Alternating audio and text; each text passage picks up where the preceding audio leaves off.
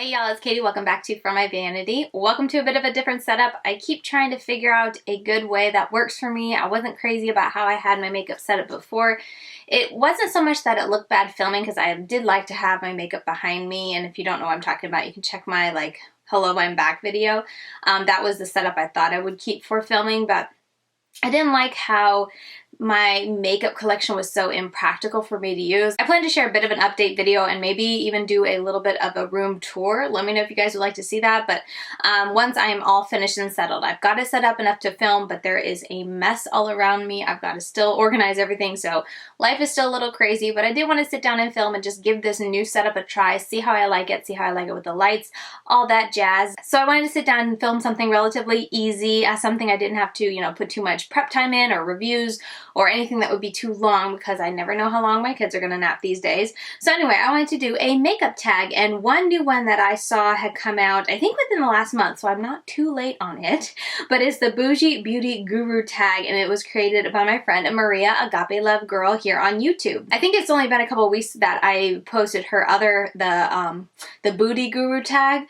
I was super late to that one, so this one I'm trying to jump on a little bit faster. But anyway, yeah, I think there's 11 questions. I've watched a couple of my friends that give their own, take on this and doing the tag, and I just think it's really cool. I'm curious to see if I am a Boujee Beauty Guru or Boujee Guru person. I feel like initially when I first saw this tag and thought about it and heard my friends answer some of the questions, I'm like, I'm not bougie, but I haven't sat down and really thought about the questions. I wanted to kind of be more off the cuff, so let's go ahead and go through the questions and see if I am or if I'm not. Also, let me know what you think about the lighting. The shadows behind me is really bugging me, but this wall is not that far behind me. I need to see if I can find a little light to shine back there, and I think that'll get rid of the shadow. Let me know if you're an expert with lighting because I don't like that. If I can figure out how to remove that, that would be awesome, but hopefully I'll figure it out eventually. But yeah, I'm sorry for the shadow behind me, but let me know, besides the shadow, how does everything else look? I'm not very good when it comes to lighting. I was very spoiled in my Virginia home because I had natural light, so it was relatively easy. But anyway, let's hop into the first question. As I said, this was created by Maria, AgapeLoveGirl. I'll have her channel and her original video linked down below. But question number 1 says, would you rather buy one expensive luxury item or buy several items with the same amount of money? This is really easy for me to answer. I'm someone who would rather buy a bunch of smaller, less expensive items for the same amount of money. For some reason, yeah, I've always been that person to go to the drugstore, buy everything on sale, and be able to buy a ton of stuff, than that person to go to Sephora and buy one thing. And it wasn't until I got married and kind of started getting more into makeup. I'm pretty sure I kind of delved into it before starting my YouTube channel, but it wasn't until then that I started looking at the more expensive items. And even then, I feel like I'm very selective with what I spend my money on. Anyway, I think there's more questions that'll answer that question. But anyway, to answer the question, yeah, I'm someone who would rather buy a bunch of tiny items than one big luxury item. When it comes to beauty products, do you believe the phrase, you get what you pay for? See, I don't know about that, because I feel so one reason I think I'm not a bougie guru is because I don't have a whole lot of experience with luxury. I have some experience with, I shouldn't say some, I have a good bit of experience with high-end products, but luxury, I'm trying to think.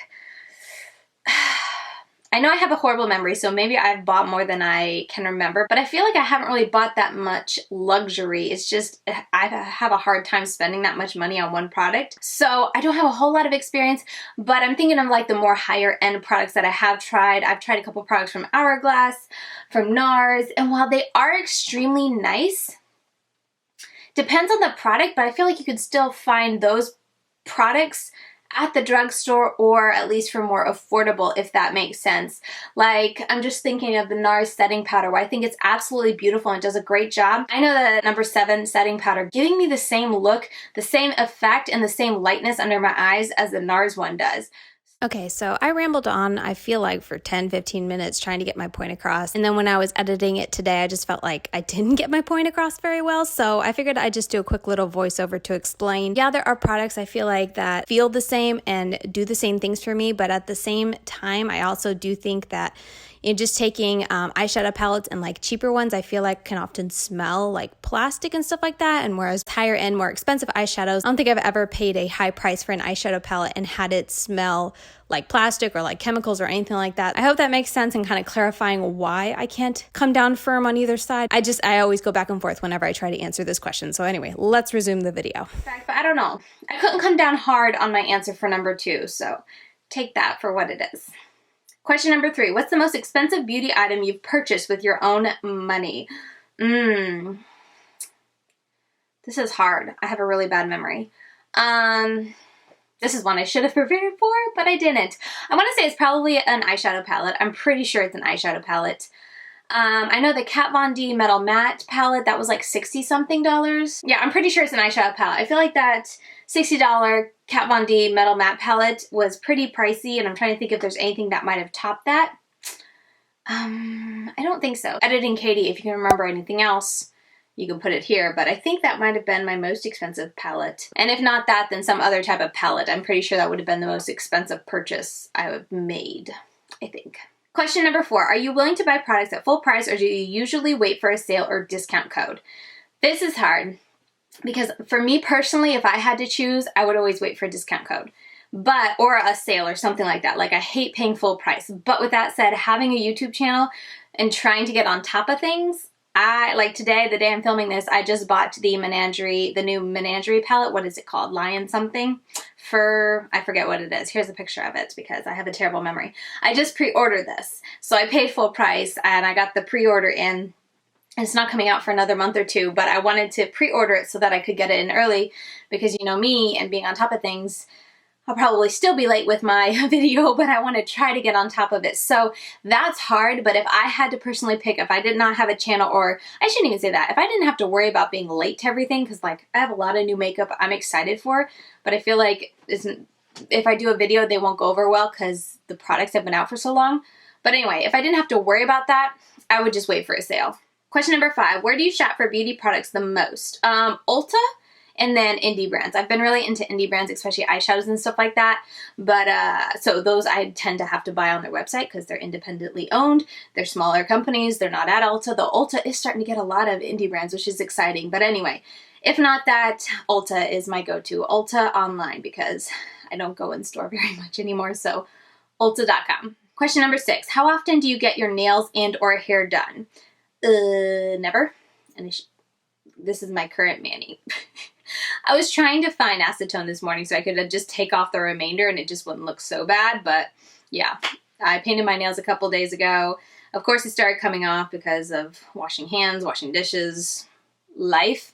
But yeah, I'll do my own nails. I love press-ons because those at least stay for a solid week or 2 for me. So that's always nice. It's kind of worth the effort you put into doing your nails. But I never get them professionally done. And my hair, I want to say I cut it. Oh, when did I cut my hair last? Beginning of this year sometime. And that was the last time I went into a salon. The only time I ever go get my hair done is just to cut it. And it is really long and I'll probably get it cut. Maybe I'll wait till after the baby comes so it can kind of be like a celebration do. But yeah, I just go into the salon to get it cut because I don't color my hair. I don't do anything with it. So yeah, what was the question again? How often do you get your nails and hair done? So yeah, hair probably once a year. Maybe twice a year if I'm on top of it, but for me, I'd rather let my hair grow out long and then just kind of chop it off. I tend to like go about right here or maybe a little bit longer. I think this last time I went longer and I wished I took it to here. But anyway, I'll chop it off real short and then I'll let it grow. So I probably only do it once a year. And then my nails, I never go in and get them done. I do them myself. And especially since being pregnant, it's extremely rare for me to do my nails. I painted them, like I said, a couple days ago. And before that, I hadn't had them done in months. Yeah. At least a month, if not more, excluding the times my daughter did my nails, but that doesn't really count. So anyway, yeah, not often. Question number 7, do you prefer long or short nails? I prefer long nails. Well, I should clarify, like this nail is kind of, okay, had to make sure I wasn't doing anything wrong, but my ring fingernail is kind of like my preferred length. These two are breaking, but yeah, I kind of like this length is my preferred length. Often they break and end up being shorter. I don't like short nails on me. I have never liked it. But then I don't like extremely long. Like this it's kind of hard to see, but my pinky is a little too long for me right now, so I feel like I just end up scratching the kids, scratch myself, hurt myself. It's just not as practical for me, and I try to keep them trimmed a little bit shorter than this so they don't break and like break all the way down. But yeah, so I don't know what that technically is. For me, it's long because I think they look, you know, this looks pretty long, but they're probably like medium. I don't know. I don't like short nails. I've never been the one. I remember I asked my mom for so long when I was younger.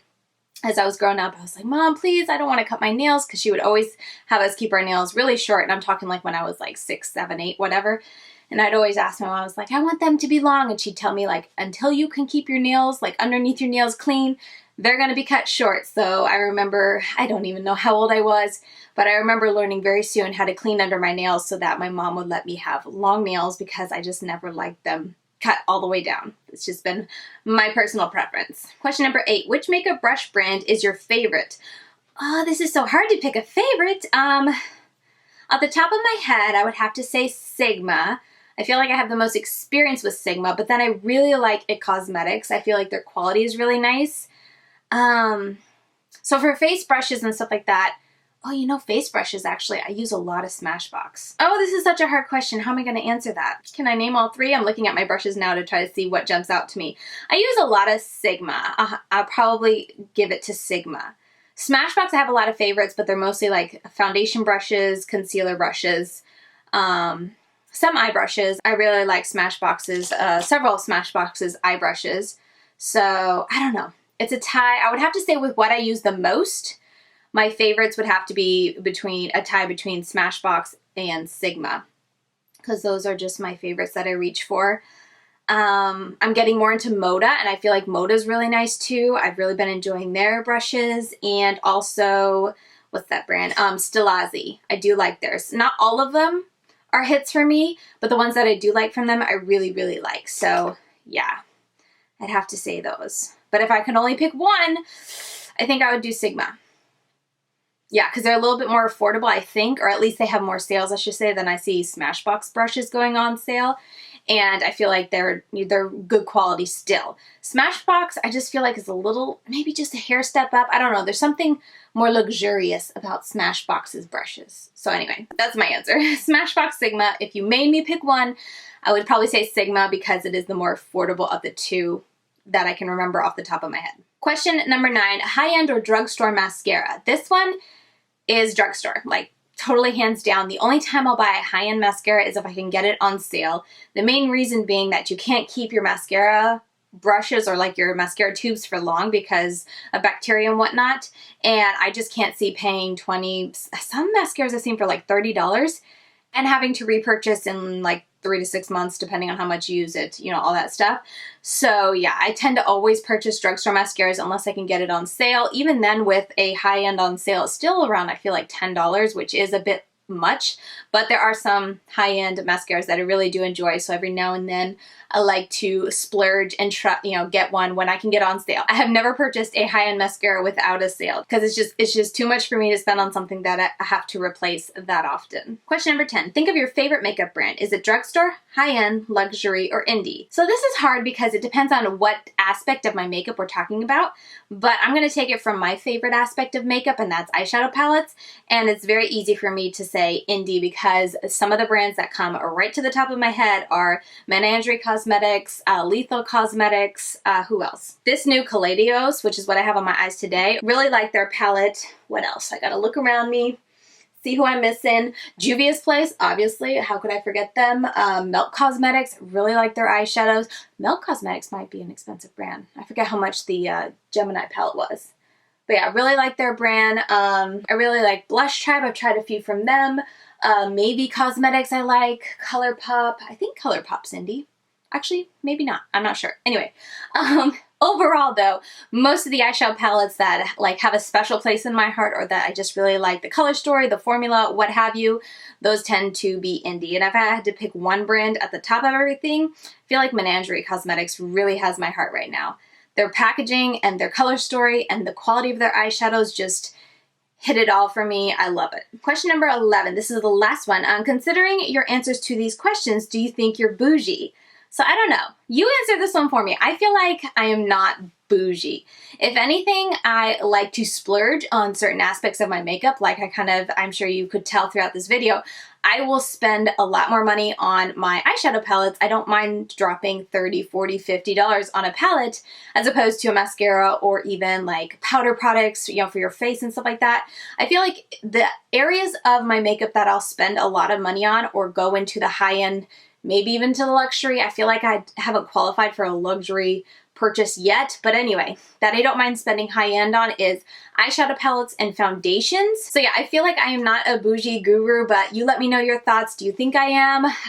Yeah, I don't think I am. Let me know, like I said, down below in the comments. You can answer that last question for me. But Maria, this was such a fun tag. I'm so glad you did it. I'm so glad I was able to sit down and do it because I've been thinking about it. I've been, you know, listening and watching everyone's videos to the tag over the last week or so, and I was like, you know what, I really need to sit down and do that. So I'm glad I was finally able to do that. Let me know if there are any other makeup tags going around that you would like me to see. I do already have another one on my list. It's from Dolly Mama Beauty, I believe. Oh, what was it called? Something about techniques. It looked like a really fun tag, so that's on my list to do next. But besides that, if there's any other ones floating around out there that you would like to see me give my answers to, definitely leave them down below in the comments. And yeah, let me know about the lighting in this video. I think I've said that a couple times, but not only the lighting, but like the skin tone. Does it look true to color? I feel like it looks pretty good. I don't like to be too warm and I don't like to be too cool, so I feel like it's a perfect medium. But let me know your thoughts on this setup. I'm really excited. Like, I've been in a, you know, since coming back to YouTube, I feel like I've still been in a rut